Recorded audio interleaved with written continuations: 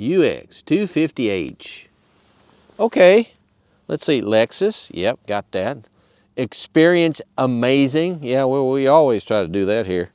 We're always about the amazing. But what in the world is this thing? It's a hybrid.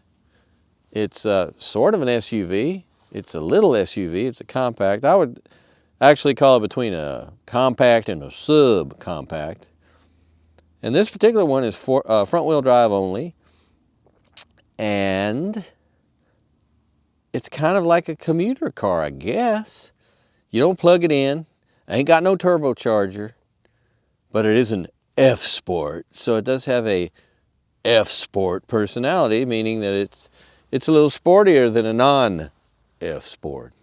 But what the heck is this car actually for? And why does Lexus want you to have one, provided that you'll trade them some money for it? Well, let's dig deep. Let's look. Let's find out. What in the world is this car about? Join me, will you?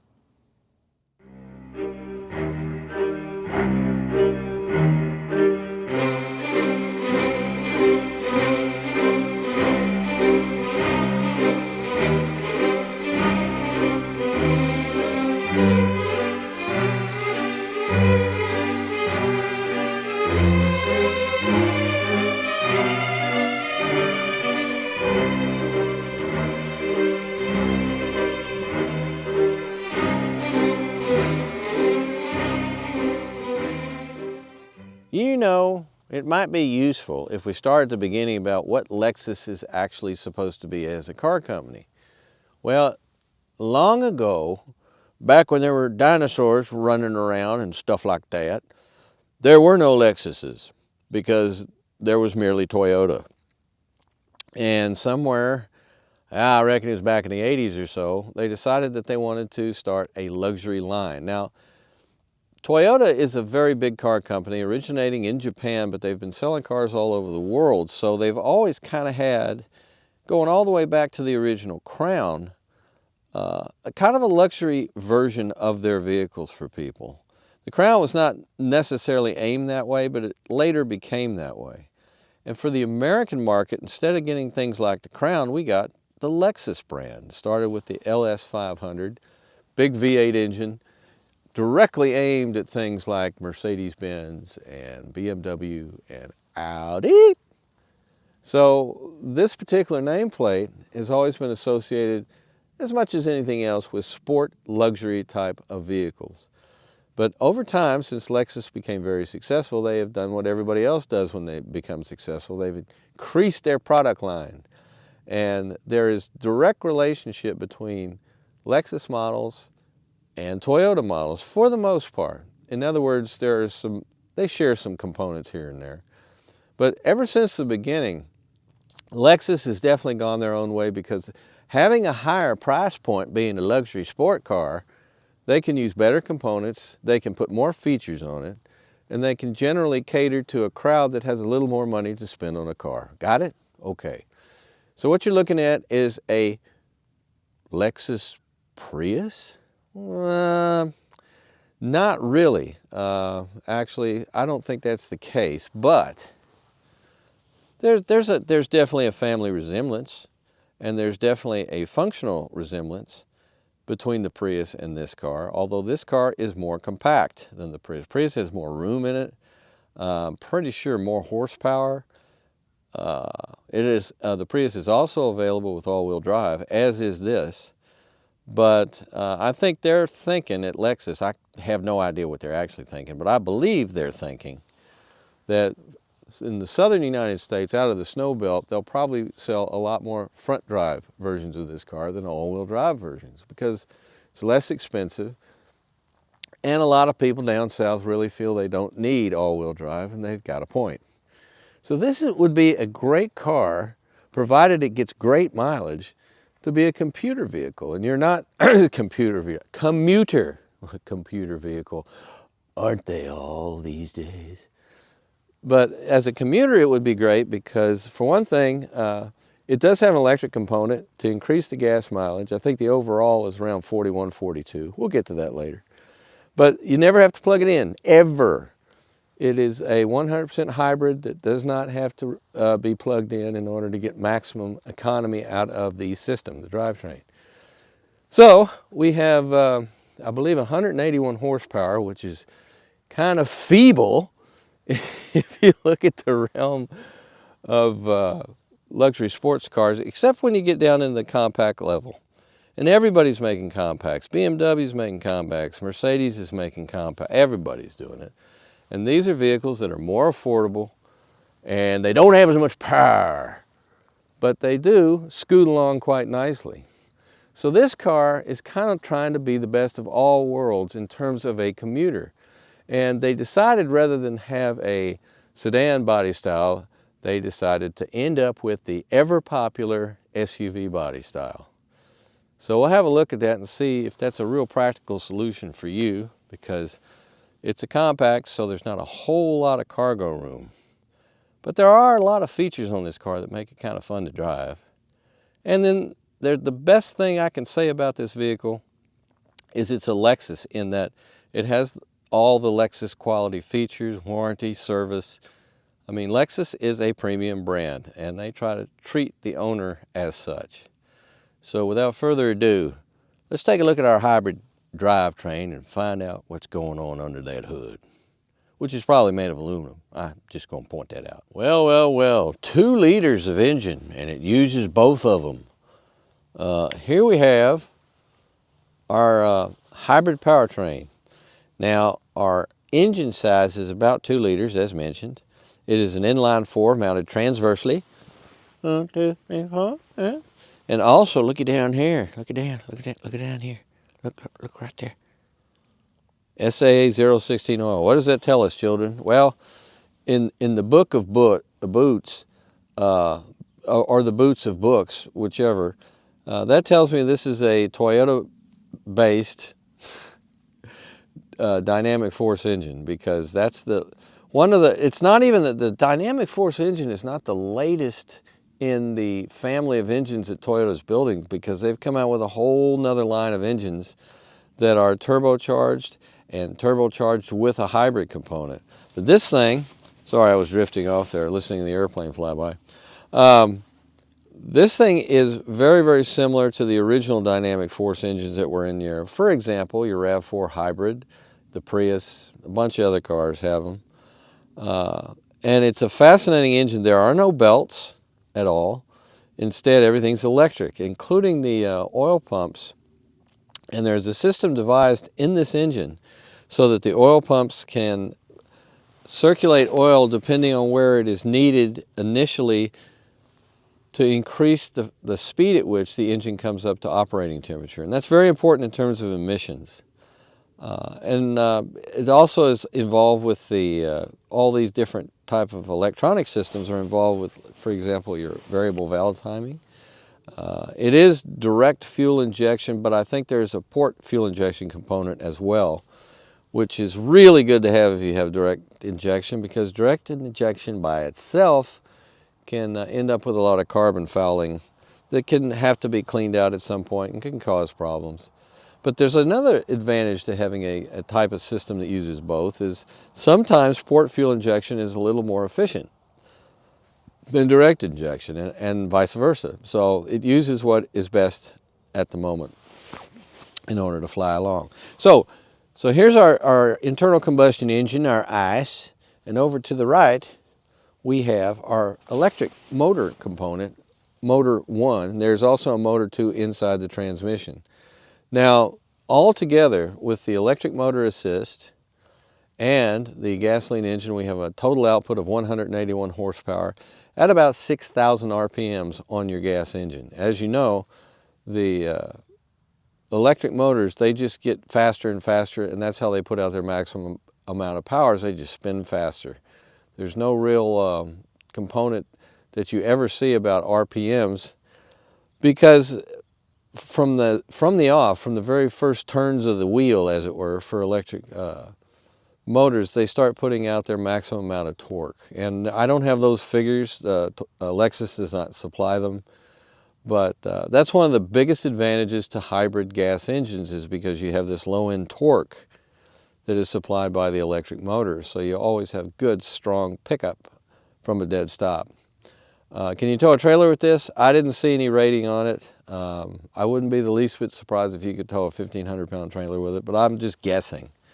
I'll see if I can find out, but like I say, in the official specs I got from Lexus, it does not mention trailer towing at all. So, but anyway, where's our air box? Right here. You can see it clearly. Here's your air box, right there. And then we come along here, right down here. This huge thing. I gotta back this thing up. Hang on a minute. Hang on a minute. There we go. Yeah, it's much better, isn't it? Of course. I'm sorry. Airbox here, tubey here, fuel injection here, exhaust on the other side. No turbocharger. That complexity is for other cars, not this one. This is actually much simpler. And even though you may think a hybrid is complicated, Toyota hybrids in particular have proven to be incredibly reliable and very low maintenance items. They've done great. And speaking of which, your electric motor is powered by a nickel metal hydride battery. Unlike what the specs say, which says nickel metal hybrid, it's actually nickel metal hydride battery. And why not lithium ion, man? Isn't that the thing? Well, there's all kinds of reasons that Toyota doesn't always use them. And let me put it this way. In hybrid automobiles that Toyota has been building, the nickel metal hydride batteries have proven excellent. They have a higher degree of recyclability, for one thing, than lithium ions do. But they last and last and last and last. They do better in extremes of temperature, too, especially cold. Now, lithium ion batteries that are on other vehicles have all kinds of heaters and things like that to keep them at an optimal temperature so they don't lose as much power in the winter. However, nickel metal hydrides are still a little better at that. They tend to be heavier for a given power output than lithium ion batteries, yes, but they also are less expensive to manufacture, as I understand it. And there's all kinds of different, when you get into an environmental impact type of thing, which you should be paying attention. These things are a little better start to finish in terms of their impact on the environment than lithium ion batteries are. But, you know, I'll let other people argue about that stuff. But it's real interesting to me that Toyota, with a lot of vehicles, and this is a 2024, brand new, in a lot of vehicles, likes to stick with the nickel metal hydride. And I like that because I have experience personally with two Toyota hybrid vehicles, both of which have had that type of battery, and we've never had any primary battery issues with the hybrid system ever. They're real reliable. So that's what you have here, and then it has the little polish, the additional polish. Look, I mean, look at this engine cover on here. Isn't that birdie? I mean, it just looks classier. I really like that. I admire it. And right in the middle of it there, that's where you check your oil right there, right there. So very, very simple, very straightforward. I imagine changing the oil in this vehicle is probably like all the other dynamic force engines, and it's very easy to do.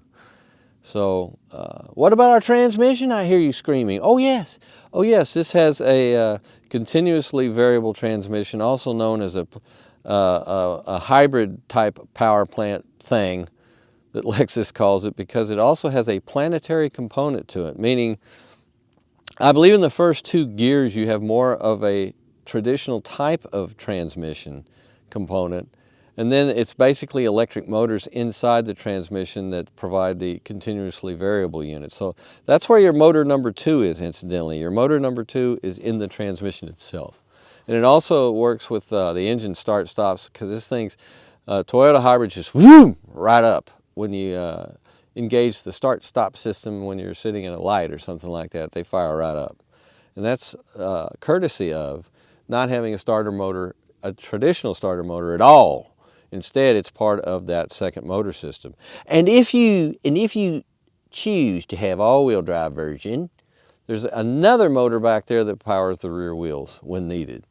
So when there's slippage occurred or certain circumstances under which the car will actually do better economically speaking, that's when that second drivetrain will kick in. This vehicle, like I said, front-wheel drive only, does not have that. But it does have regenerative braking, which whenever you coast or put on the brakes, it helps to recharge your nickel metal hydride battery. Got all that? Of course you do. You know this stuff. And that's very straightforward. I mean, Lexus has got lots of features on them and everything else, but in today's modern engine catalog that you look across, this is actually a fairly straightforward engine by comparison to a lot of them. Okay, let's look at other things. This is really starting to gain my interest. We have tires on our UX240h F Sport. So, what size wheels do we have? We have 18-inch wheels on this vehicle. And the only thing I don't like about this vehicle is the tires. Why do I not like these tires? Well, they're very nice Bridgestone Turanza EL450s, but they are run flats. Run flats mean there is no spare tire. There is no flat repair kit. They're just supposed to hold together until you can get the tire replaced, if you should have a flat. But what happens if you have a real flat, like and it really messes the tire up, which can happen? Well, you're stuck. You got nothing you can do but wait for a tow truck to come get you. And that's why I don't like run flats. Now, having said that, they are so much better as tires than they used to be. They actually have better grip. This one has a tread wear indicator of traction A, tread wear 400. Oh, that's not great.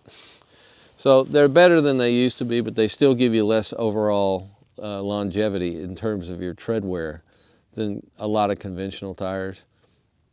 The only reason they do it, as far as I can tell, is to try to reduce the weight of the car by not having any kind of a spare. And I'm down on that. I mean, I'm not down with it, I'm down on it. I don't like that. That's probably the only thing about this car that vexes me in an anger way, because I just don't like run flats.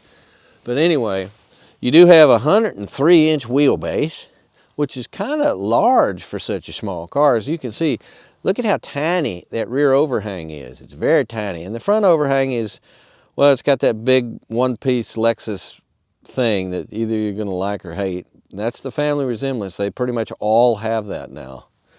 Except for, I think, the new GX SUV. I think it's got a little bit different front end on it, but I haven't seen one in person yet, so we'll see.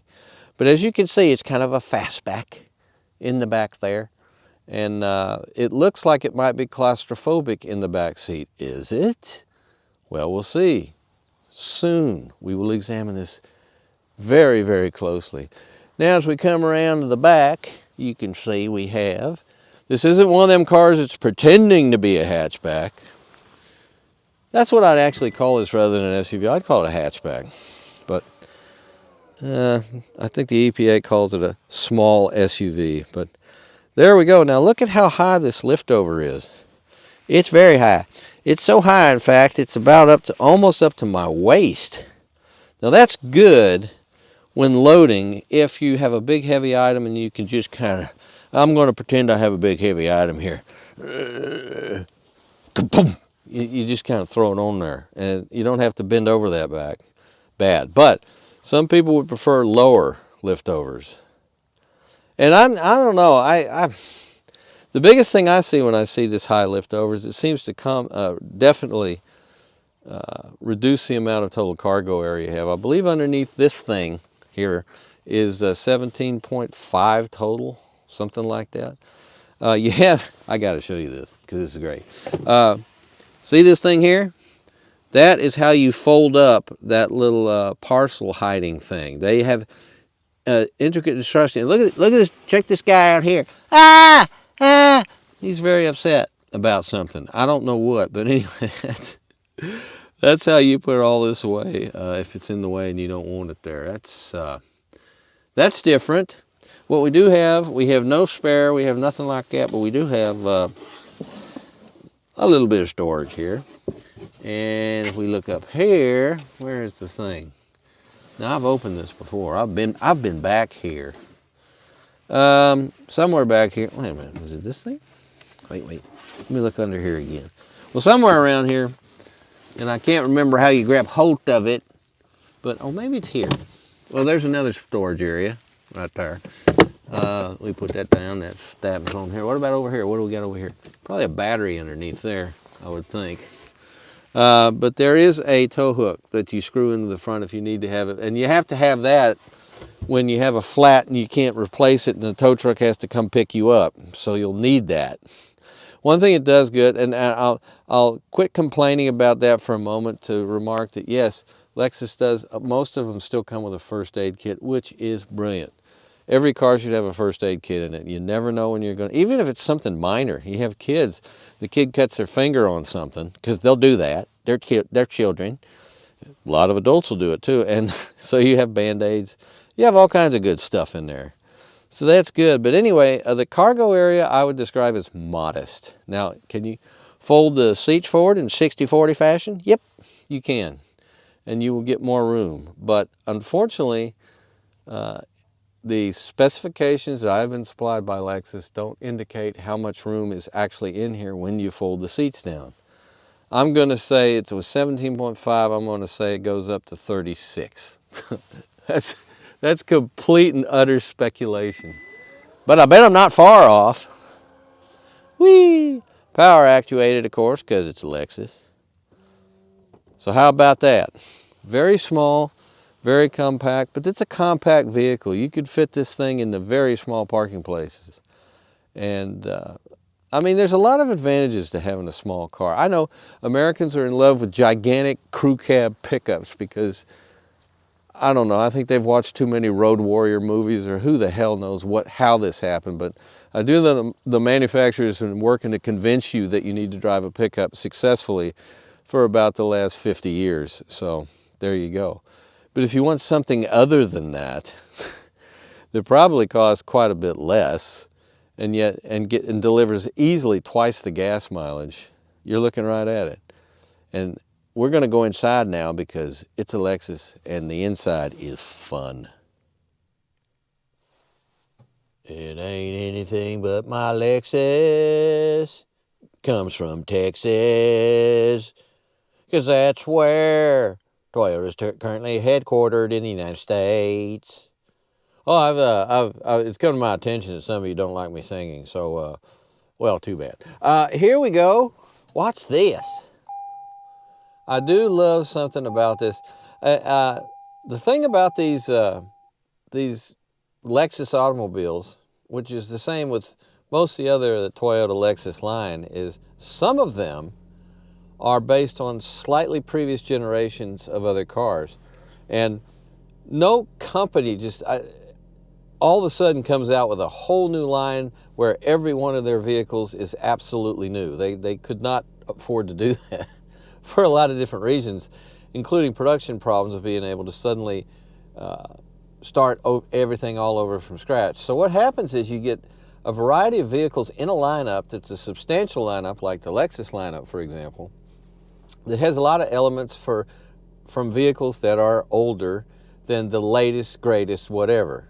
Now, this does not mean this isn't a fantastic car, and it also doesn't mean that it's got some new stuff on it for 2024. But it's interesting to note that one of my favorite features on the current crop of Lexus models that is gradually disappearing, unfortunately, is this right here. Yeah, are you watching? Of course you are. Woo! I love that, because what we have is we have a mechanical component in all this virtual stuff. The actual gauge reading stuff is, of course, virtual, flat screen type stuff, but you do have this little mechanical item that moves and shifts if you push this button right here, see? Oh, I love that. So what that allows us to do is it allows us to access some more menus in the instrument cluster. And as you can see to the left, I now have selected the settings menu, and you can go up and down. Right up here, like we have lane centering, which I hate, which is off. What happens if well, never mind. Then we have alerts that is, if you start to deviate from your lane, it will alert you. I don't like that either. And the sensitivity of all these things. Now, if you turn it back on, like that, then the alert setting is, in fact, a auditory setting. You can do this. Oops, sorry, I did that wrong. But you can also, and I can you hear that? There's the auditory, and that's the vibration. So the vibration will tell you when you're deviating from your lane. And then you can Down here, adjust the sensitivity of it to high, standard, or high or standard. But my favorite part of this setting is going up here and turning it all off because I don't like any of that stuff.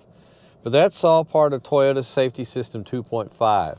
Now, if you're really, well, I guess they call it Lexus Safety System. Well, anyway, it's all part of the same safety suite.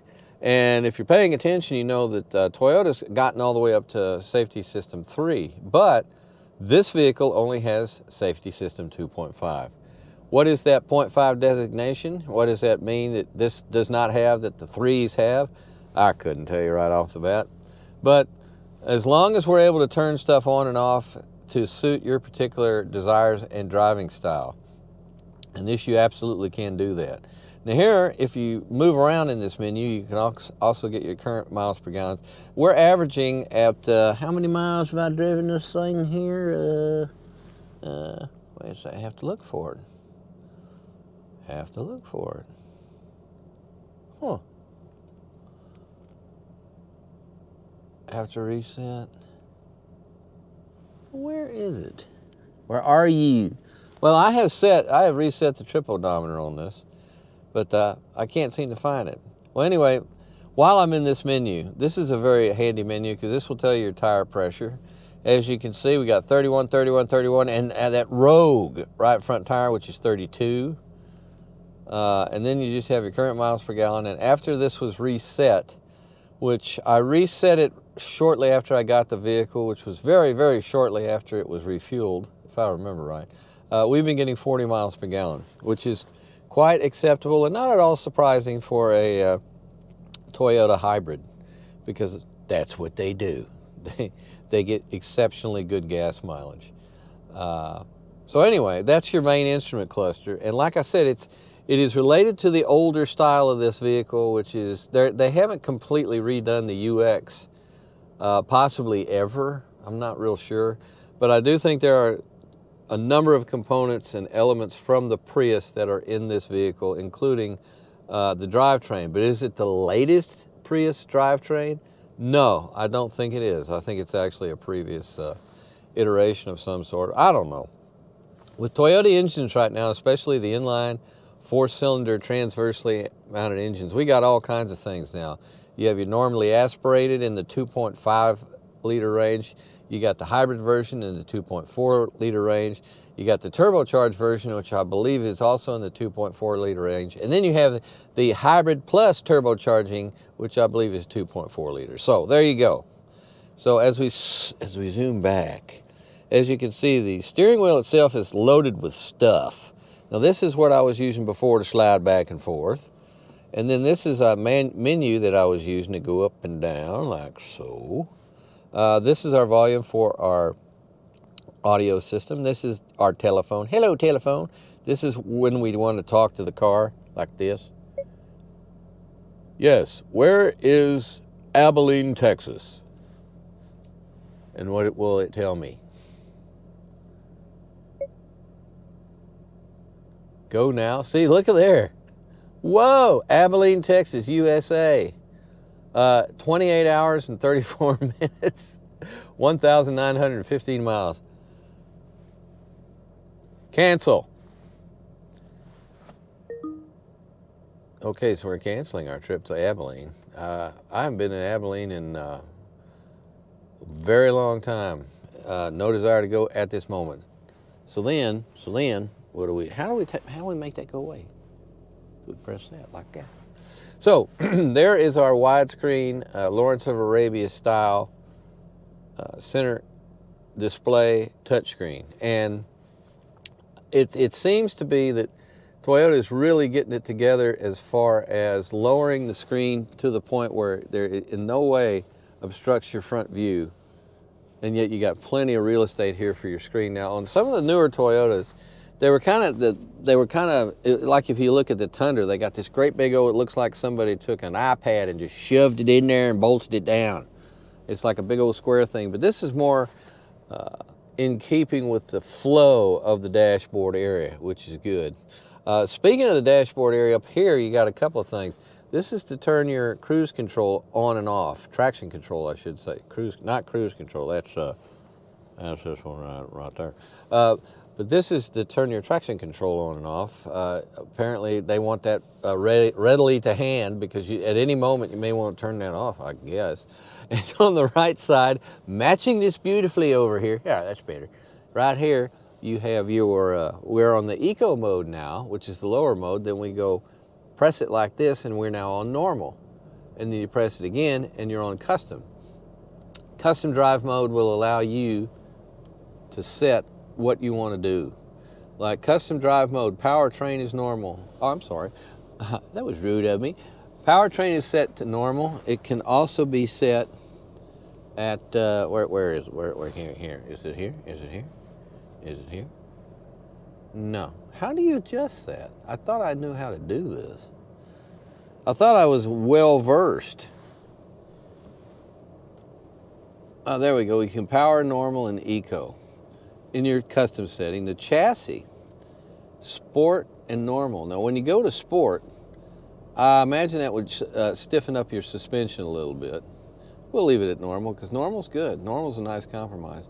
And then air conditioning is either normal or eco, and eco is what you want to use to maximize your gas mileage, obviously. But how that exactly works through the hybrid system, I can't tell you right off the hand because those type of systems tend to be very, very complex. They're very effective, in fact, that they actually make a measurable difference, especially in extremely hot or extremely cold weather, in terms of your overall gas mileage. It does make a difference.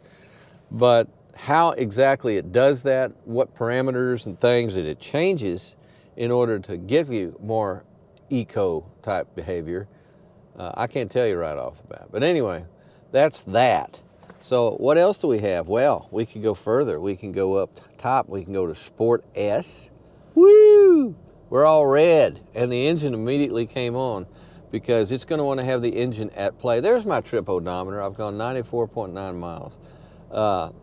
This way you have the engine running more than you would in the eco mode. The eco mode is going to be biased towards the electric side of things, running off of the motors in order to maximize fuel economy. This goes in the other direction with the engine in order to maximize performance. And you can go with your S Plus, which is even redder. Now, does that change? Let's see. Does that change our? Let's do this again. Sport S. No, it actually. I was wondering if it actually changes the red line structure. I don't think it does. Let's try this one more time. 8,000 RPM. That's up there, man. That's getting up there for inline four on a car. 8,000 RPM. But anyway, we're going to go back to normal, and then we're going to go back to eco to save fuel. So that's all those knobs up there. And then I've introduced you to this. And again, I'll mention this. If I haven't mentioned it before, I'll mention it again later. But I have adjusted the screen so that it is at the nighttime mode all the time because I don't like the nighttime mode at all. Here's our Tinker Toy graphic that tells you what's going on with the drivetrain, whether or not you're using the motor or the electric motor or both together or neither. It's what we're doing right now. We're not using anything. We're just sitting here, and our battery is almost completely charged. A lovely graphic. You can also go to Vehicle over here, and it will tell you all these different things: trip information, comfort.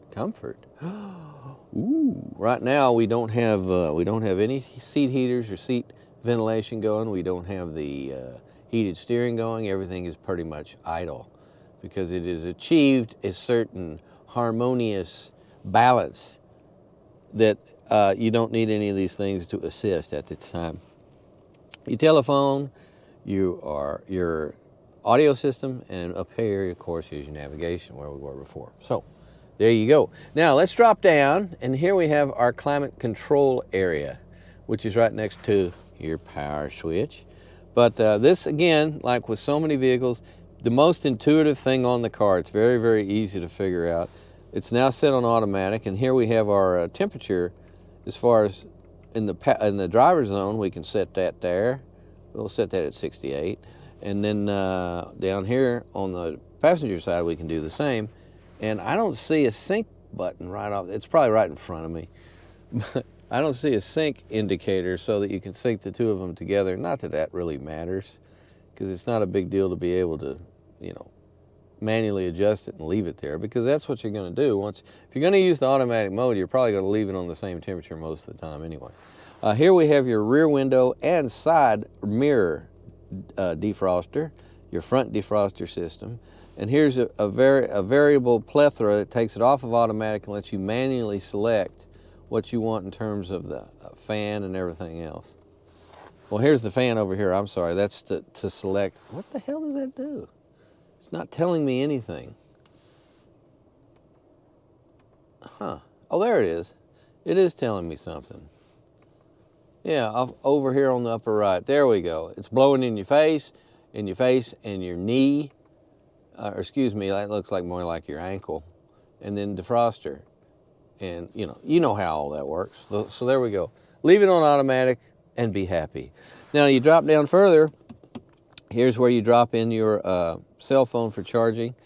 As with all these generations of Toyotas, my phone, which has a case on it, is not super happy charging, because if the car shifts even slightly, it will stop charging the phone. And on the newer models, the newer generations of Toyota products, it seems to work a whole lot better. In some cases, they've adapted a little bit different approach so that there's a spring-loaded thing that keeps the phone exactly in the right position for your QI charging.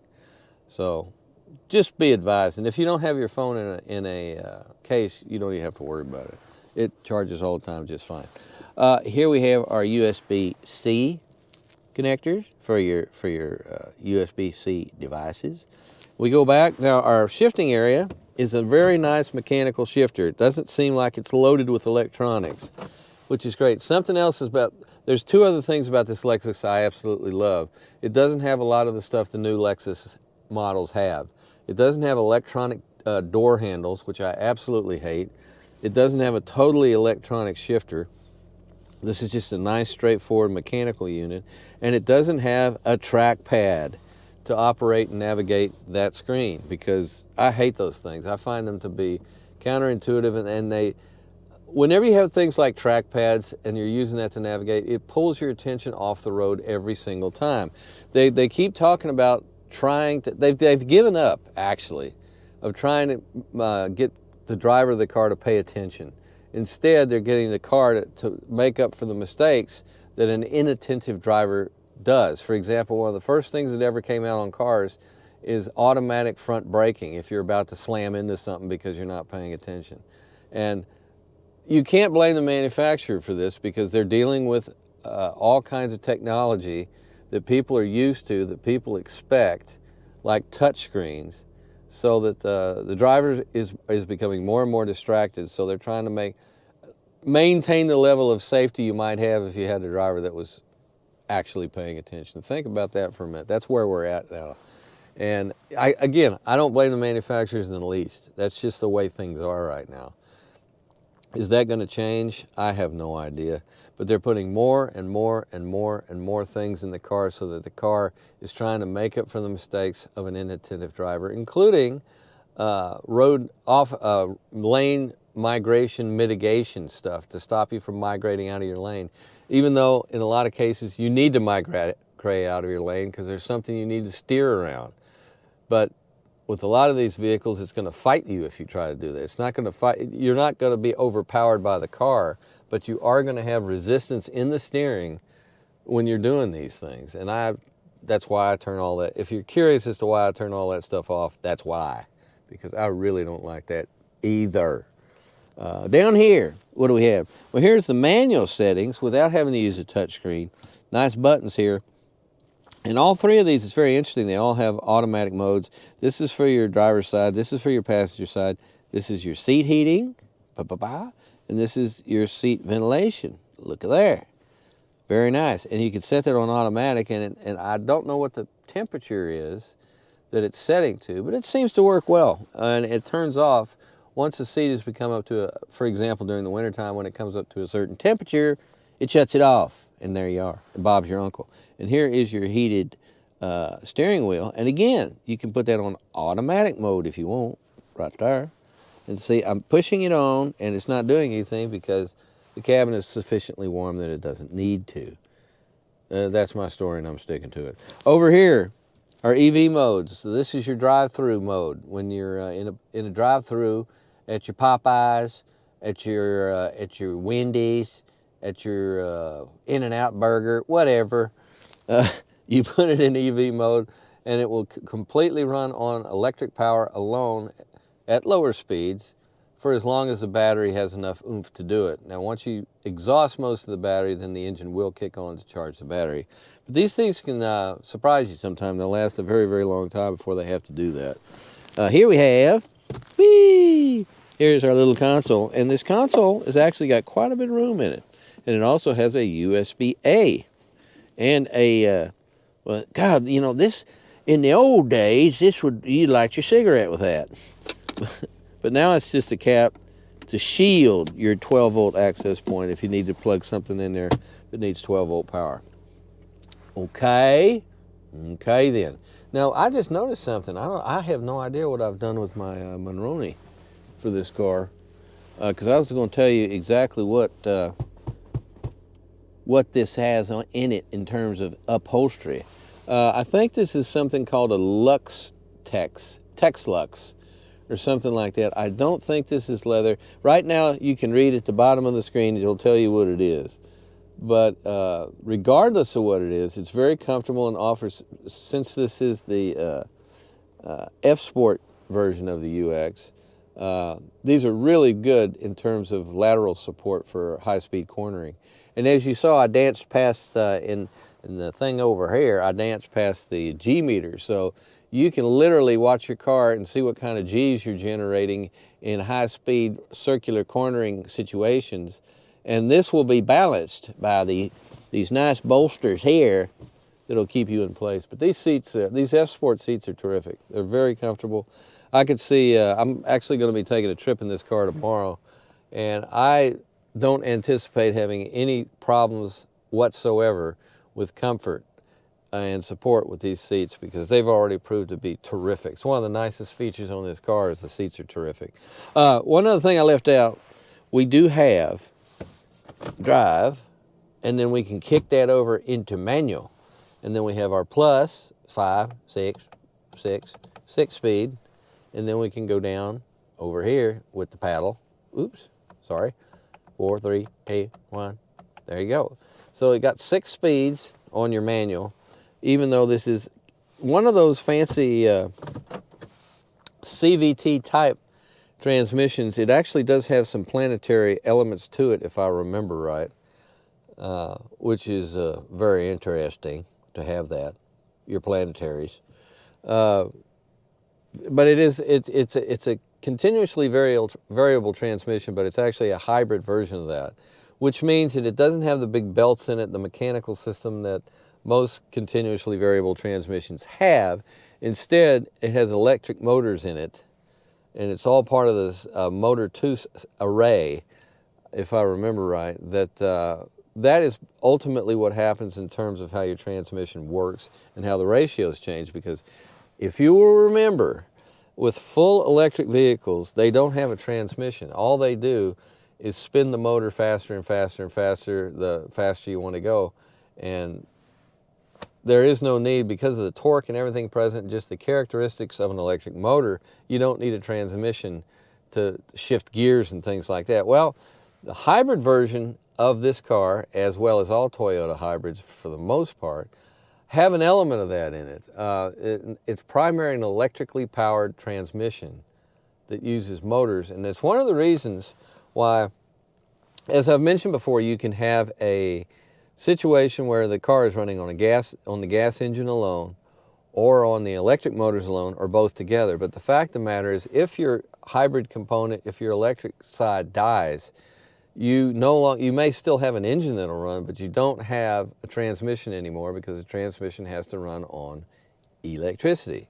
So that's just the way Toyota does things, and it works very, very well. It's one of the reasons this thing gets ridiculously good mileage, and all their hybrids do, is because it's all part of the hybrid, what was called the hybrid synergy system, And on the Lexus, I forget what it's called. It's called the Lexology or something like that. But there you go. That's the reason the transmissions are a little different. And yet, you still have a manual mode with 6 manually selected speeds, just like you have a regular automatic transmission. Fascinating, isn't it? I think so too. Okay, let's go back. Let's see what we got aft. Let's check that rear seat. Now, I've mentioned before, similarities to, this is not a huge maw of room to get in the car. It's not as roomy as, say, the Prius. Getting in the car is much tighter, but once you're back here, leg room is actually very good, and your headroom is actually very good. It's surprising.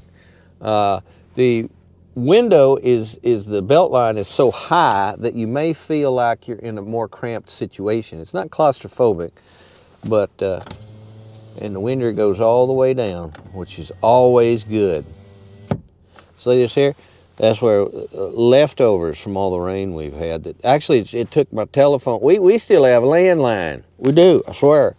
There's reasons to have a landline, and ours just went fizzled out because of all the rain. But they fixed it. They got here. They did their thing. So you have a very small drive shaft tunnel, hardly detectable. You have two USB-C ports down there for your devices. You have ventilation, open and closing of ventilation. And you have a real nice dish in this seat for your lower back that's very, very comfortable. They get top marks on this car with the seats, in my view, because both the front and back seats are very, very accommodating and comfortable and offer a fair amount of support. Especially, most back seats tend to be flatter so that people can slide in and out of the car. But these have a nice little dish to them to keep you in place and comfortable. It's nice. It's very impressive, actually. And as you can see, this is the difference between the front and the back seats. There are, in fact, perforations in those front seats. The rear is not perforated. The rear is just pure Lexii. Well, I said up there what it is, but it's a different version of the upholstery in that it is not perforated. That's what I'm trying to tell you. There's a lot of plastic in this car, a lot of hard plastic, but it doesn't seem cheap. But it's got a lot of plastic. I'm just telling you, this is pretty much an entry level for Lexus.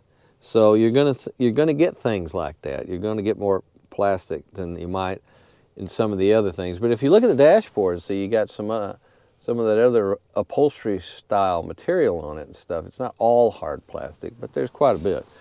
Here we have our pockets for holding our up.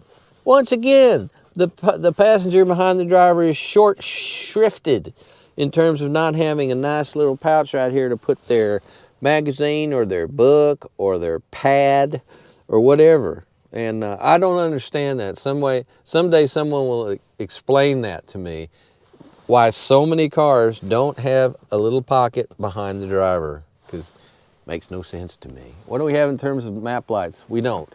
What we have is a nice soft glow, ambient, central dome light in the back. We don't have any kind of no map lights. Sorry about that. Now, do we? What we have a armrest, don't we? Yay! Yes, we do. And it's a good one. It's at a very good height. It's very comfortable overall. I give high marks. There's high marks flying around for this car. I give very high marks to the armrest in the rear seat. It's at a very good angle. And, of course, you have the ability to do this. Oops, sorry. This is the 60% side. And looky there. This is your access to your rear area, your cargo area. So you can expand, since this is a hatchback, you can expand your cargo area to haul more stuff. Not near as roomy as the Prius, no question. And the more I look at this car, I don't even think this car is what I would consider to be related to the 2023 Prius, which is the new generation. This is related to the 2022 Prius. And I could be wrong about all this stuff, but that's my feeling, primarily by the functionality of it all. And this, of course, you can get with all-wheel drive, just like you can get a Prius with all-wheel drive, and have been able to for, I don't know, 4 years now, 5. But this is the front-wheel drive only version, and I have to say I've noticed no nasty habits that so many front drive only vehicles have in terms of torque steer and that kind of thing. It seems to be, it drives real nice, I'll put it that way. And even when you really get on the power, there's no, it'll spin them wheels, I mean, a little bit. It's got good torque at the low end, thanks to that electric motor largely, but I don't know, it really, you would not notice all the time that you're driving the front drive, and that's still, there's so many cars, like for example, the Volkswagen Golf, they worked for years and years to get that so that you no longer feel like you're driving a front-wheel drive car, because there used to be a lot of torque steer, but they've engineered it out. One of the big things they always used to say would get rid of torque steer in a front-wheel drive car is if both the drive shafts are exactly the same length. Not always easy to do depending on the way the engine is ensconced in the engine bay. But a lot of time and effort with most front-wheel drive cars has gone into getting rid of that, and most vehicles have been very successful at it. This one is one of them. I don't know, I didn't notice anything untoward about that, but I would definitely, if you're going to buy this car and you live anywhere where there's any kind of precipitation at all, I'd go ahead and get the all-wheel drive version, because it's, and it also, you get the benefit with the all-wheel drive version of having that rear motor. It only is activated when it needs to be, but it does help to recharge the battery through regenerative braking, because you have a rear motor back there that switches to a generator, just like the front motor underneath there does. All right, so there's nothing you do not know about this UX240h F Sport interior. Let's move on, let's move out, let's drive about.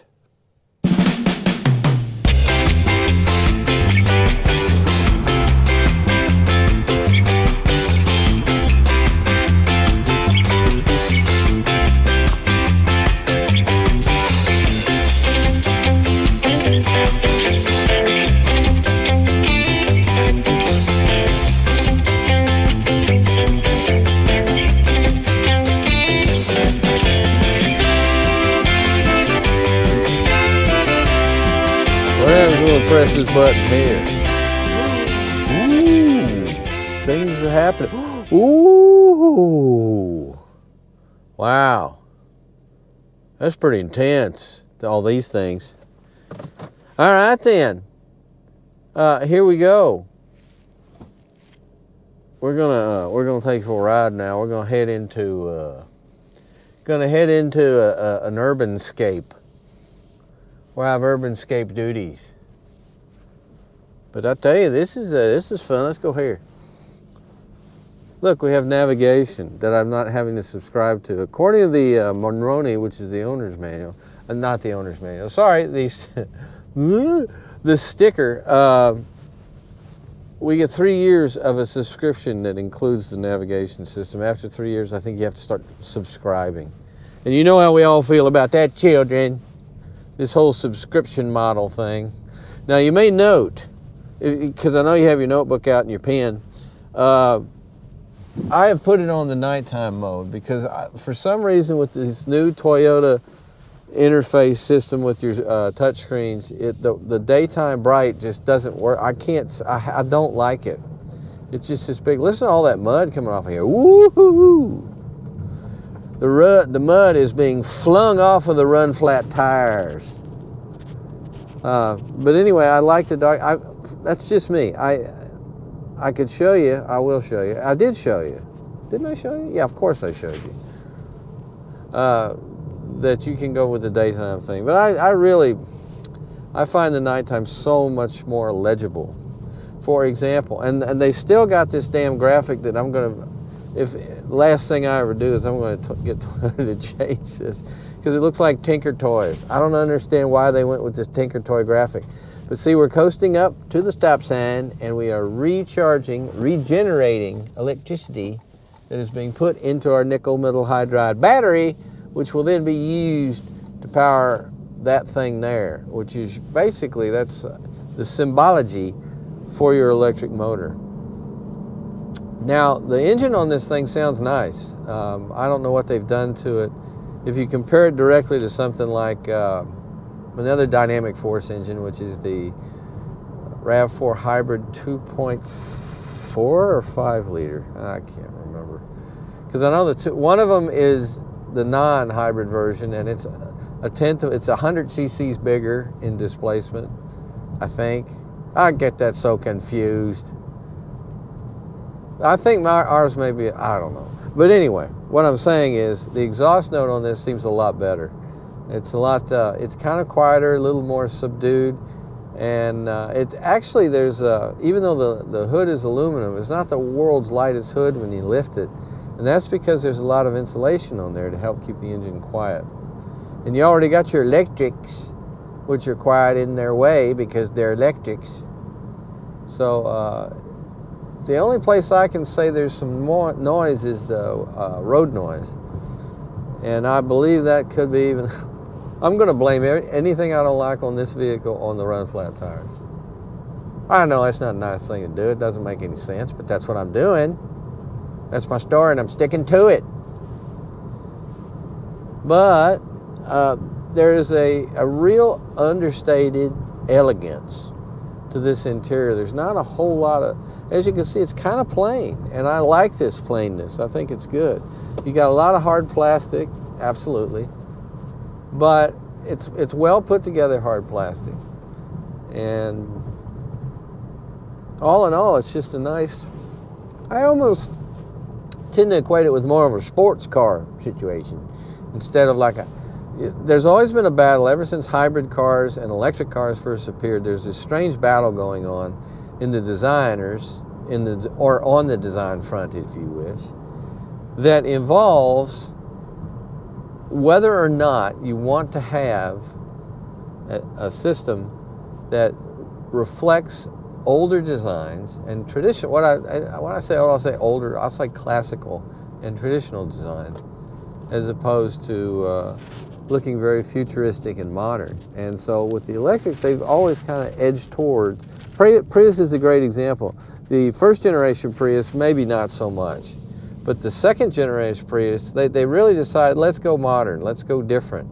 And they moved a lot of things around in the car that make it unique and unusual compared with conventional internal combustion engine cars in the same category. They've been going through this with electric cars, and they've been going through this with hybrids and plug-in hybrids, about how much they want to jump off the deep end as far as making things look. The one thing about this 181 horsepower is it's a very good 181 horsepower. You can hear the engine just firing away here, and we're also getting some electric input. And it scoots along very nicely. It really does. Now, the biggest change, I believe, with your F-Sport, I can't go anywhere without running into construction. I forgot they're constructing here, too. In order to go where I want to go, I have to be aware of everything that's going on. See that nice bucket truck back there? It cost the city $179,000. And we never got to vote on it, the city. It's a town. We never got to vote on it or have any say in it. We have a first selectman that just decided to do it. And man, has it been a waste of money. But anyway, I digress. So here we go.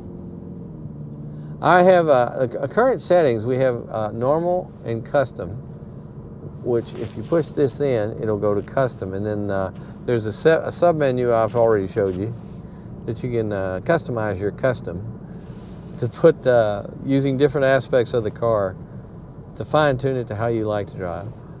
Then you hit it and you go back to normal. You can also go to Eco, and you can go to Sport S and Sport S Plus. Well, I felt that. That was dramatic. And look at all the redness. Holy cow, they mean business with the Sport S Plus. Sport Plus S, SS Plus Sporty, Sporty Plus S. That sounds like the name of it. There's a name in one of the Kurt Vonnegut Jr.'s books. I can't remember whether it was a robot or a person, but it was called Slartibartfast. And I may have that completely wrong, and that may be Douglas Adams and his Hitchhiker's Guide to the Galaxy trilogy, quadruple E, whatever. But one of those two gentlemen named somebody Slartibartfast, which I think is a fantastic name. So we're going to go from, we're going to push this in, and now we're back on normal. Not that I don't like your economy setting, because I do, but I'm very interested, since this is a luxury sport vehicle, what kind of acceleration you can actually get out of 181 horsepower. Because that's pretty modest. Pretty modest indeed.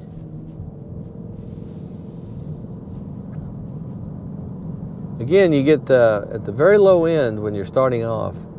If you start off very gradually, like say on a level surface, you're just going to be starting out with the electric motor. However, if you give it some welly, push the pedal down a little bit more and kind of jump out of there, out of the chute there, right off the starting blocks, the engine will come on instantly and power you. So you got that going for you. So what do you think about all this? The Tinker Toy thing? Fix that, Lexus. Just go back to what you had before it was better. There's so much. How many times do I say to myself, and to you, unfortunately, that there's so many things I wish they'd just go back to the way it was before they, quote, improved it, unquote. Because I think a lot of times there is so much on modern cars and trucks that is change for change's sake.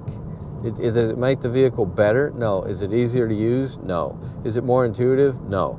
None of these things, but it looks neat. The graphics look neater. And somebody decided that it looked better somehow. And so they all said, yeah, they signed off on it, and boom, the next thing you know, it's in production. Whee! I like the handling of this car too. Now, as I showed earlier, when we were walking around the car, it has a very, very low rear overhang. So you do kind of have, even though it has this large, flat, bulbous type Lexus front end on it, you still kind of have a wheel at every corner architecture and a fairly wide stance. And this really helps handling more than a lot of other things, believe it or not. That's one of the most dramatic changes you can make to ensure better handling. That works really, really well. So if you're inclined to do that, and I think you probably, I've watched you, I think you are inclined, then that'll be your bread and butter, pretty much. Whee! And we're going to go on the highway here in a minute, because I've got a lot of stuff turned off, by the way. It's the first thing, this does not have, even though it's a 2024 Lexus, this does not have Toyota Safety Sense 3. It has Toyota Safety Sense 2.5, which is fine with me because it's less stuff for me to turn off. But you do have all kinds of things. You do have lane, what do they call it? Lane deviation mode or something. So if it thinks you're for some reason leaving the confines of your lane as delineated by the painting of the lane, it'll buzz the steering wheel, or it will make a sound if you want, and in some cases it will actively steer you back. I turned all that off, which took me a while, but I was able to do it. And because I personally don't like any of those things. I don't like any situation where the car is taking over the steering, because as good as all these new algorithms are and artificial intelligence, please, I still think you're better off steering your car yourself. And the key to that is just pay attention. I mean, driving the car is a chore. Something you got to do. You got to maintain control. And that's what you need to be doing when you're driving. I assure you, you'll be better off if you do, if you actually pay attention. I think that's better for you. Research in, but not. But okay, let's start cruising here. I've been gabbing on. Oops, there we go. And here is where we will adjust our following distance. And I have the steering assist turned off, so it's not trying to steer the car too. You can do that. There's times that makes sense. Like if you got a big old cheeseburger in your hand right here, and you won't eat that, it'll help steer the car for you. You know, I do. I still prefer the previous generations of Lexus cruise control, because this, for some reason, the steering wheel mounted up here as opposed to the toggle, which was down here. I find I have a lot more trouble with this. Maybe it's just me. Well, it's probably just me, but it just doesn't seem as intuitive as the old system was. And that's sad, because I liked the old system. And I found it to be very intuitive, and you never ever had to look down to find things. Now, as I always point out, if you owned this vehicle, oh, I have the steering on. Let's turn that off right now. Trying to get me to slam into the school bus. Once you get used to a vehicle, you usually can do things by feel pretty much. But this is not near as a reliable tactile experience as what I've seen with other things, other previous Lexii. Boy, everywhere I go, there is so much. We had a lot of wind last night and a lot of rain. Although it wasn't like a nor'easter or any really bad storm, it was just windy and rainy. But man, it's knocked out so much stuff, and we're still suffering from back when we had a whole lot of trees killed by the gypsy moth caterpillars that ate everything in sight. The way they do.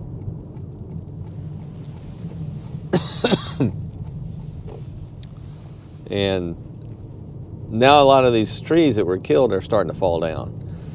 See, there's bits there. And every time we have one of these storms, they're everywhere. Bits, pieces. I'm telling you. But it's just, it's a good time to test a vehicle like this, because you got your combination of wet and dry roadways.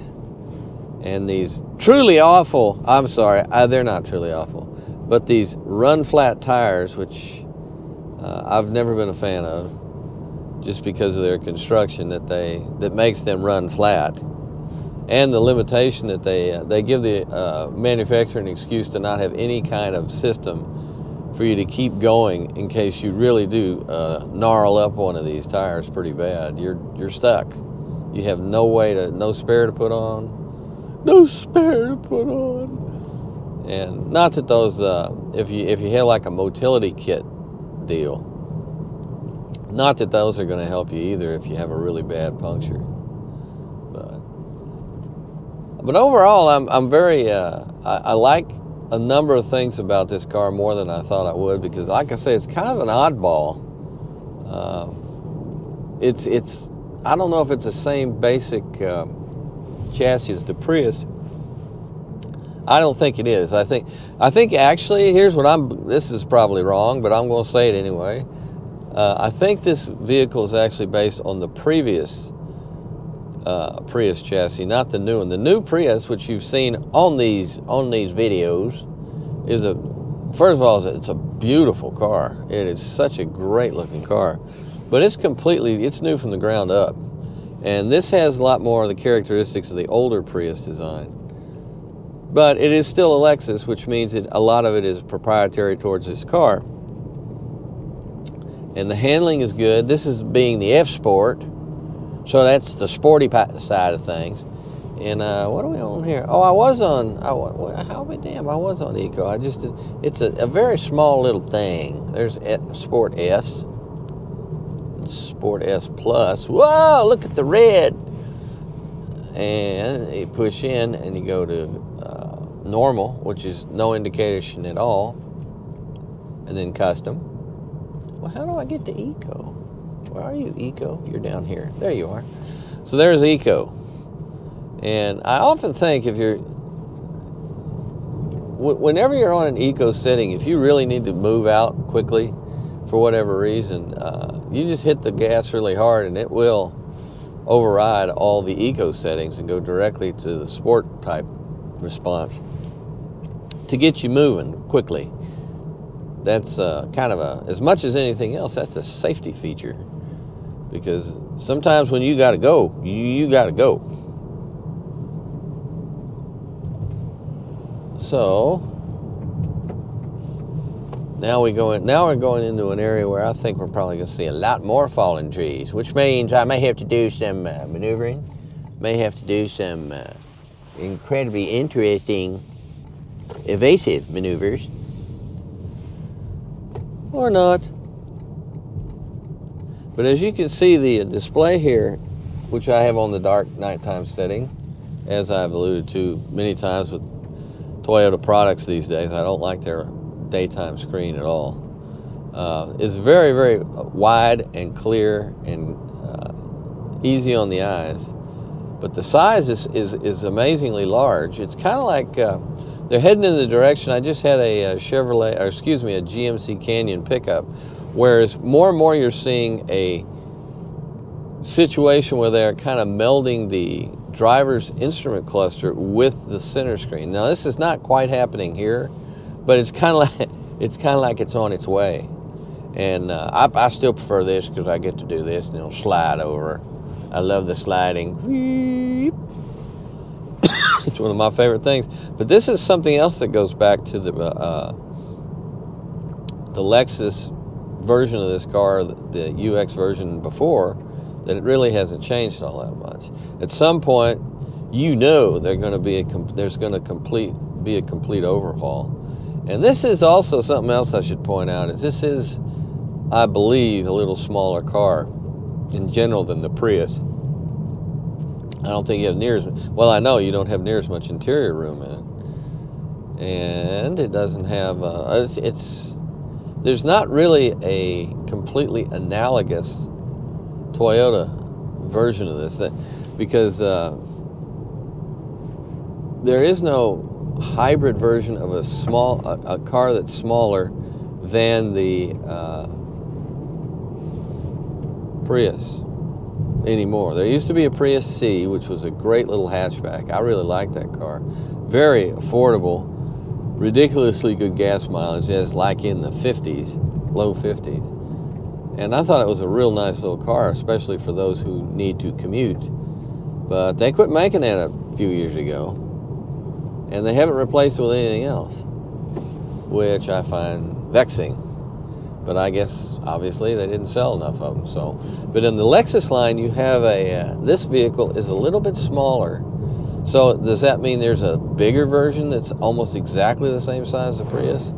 I can't remember offhand. There are several RX versions, which is a bigger, and then you can get the RX, like the 500 version, which is a much larger vehicle than the Prius. You're heading into your Highlander-based territory.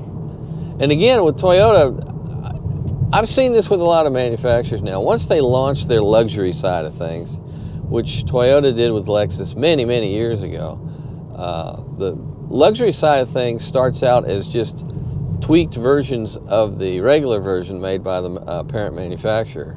But now I seem to be seeing more and more proprietary stuff being put out by the luxury side of things. And the vehicle line for Lexus is pretty large now. And there are some that I really don't think have an analogous Toyota version at all.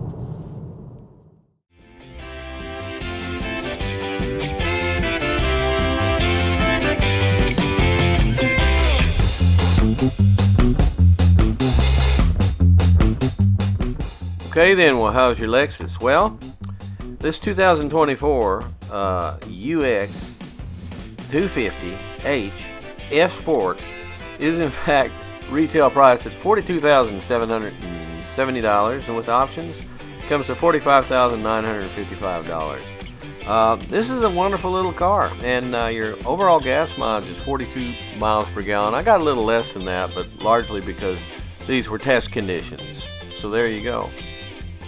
So overall, I have to say this. I think this is a fun little car that is very, very practical and yet has all those great amenities that you expect from Lexus, which is saying a lot, actually. It rides nicely. It's fairly compact, which means it's not got a whole lot of room in it, but at the same time, you can fit it pretty much anywhere. So, and it delivers that very nice Lexus build quality, which is worth a lot of money in my view. Alrighty? Take care, everybody out there. We'll see you next time. Do whatever the tube tells you. You dress like the tube. You eat like the tube. You raise your children like the tube. You even think like the tube. This is mass madness, you maniacs. In God's name, you people are the real thing. We are the illusion.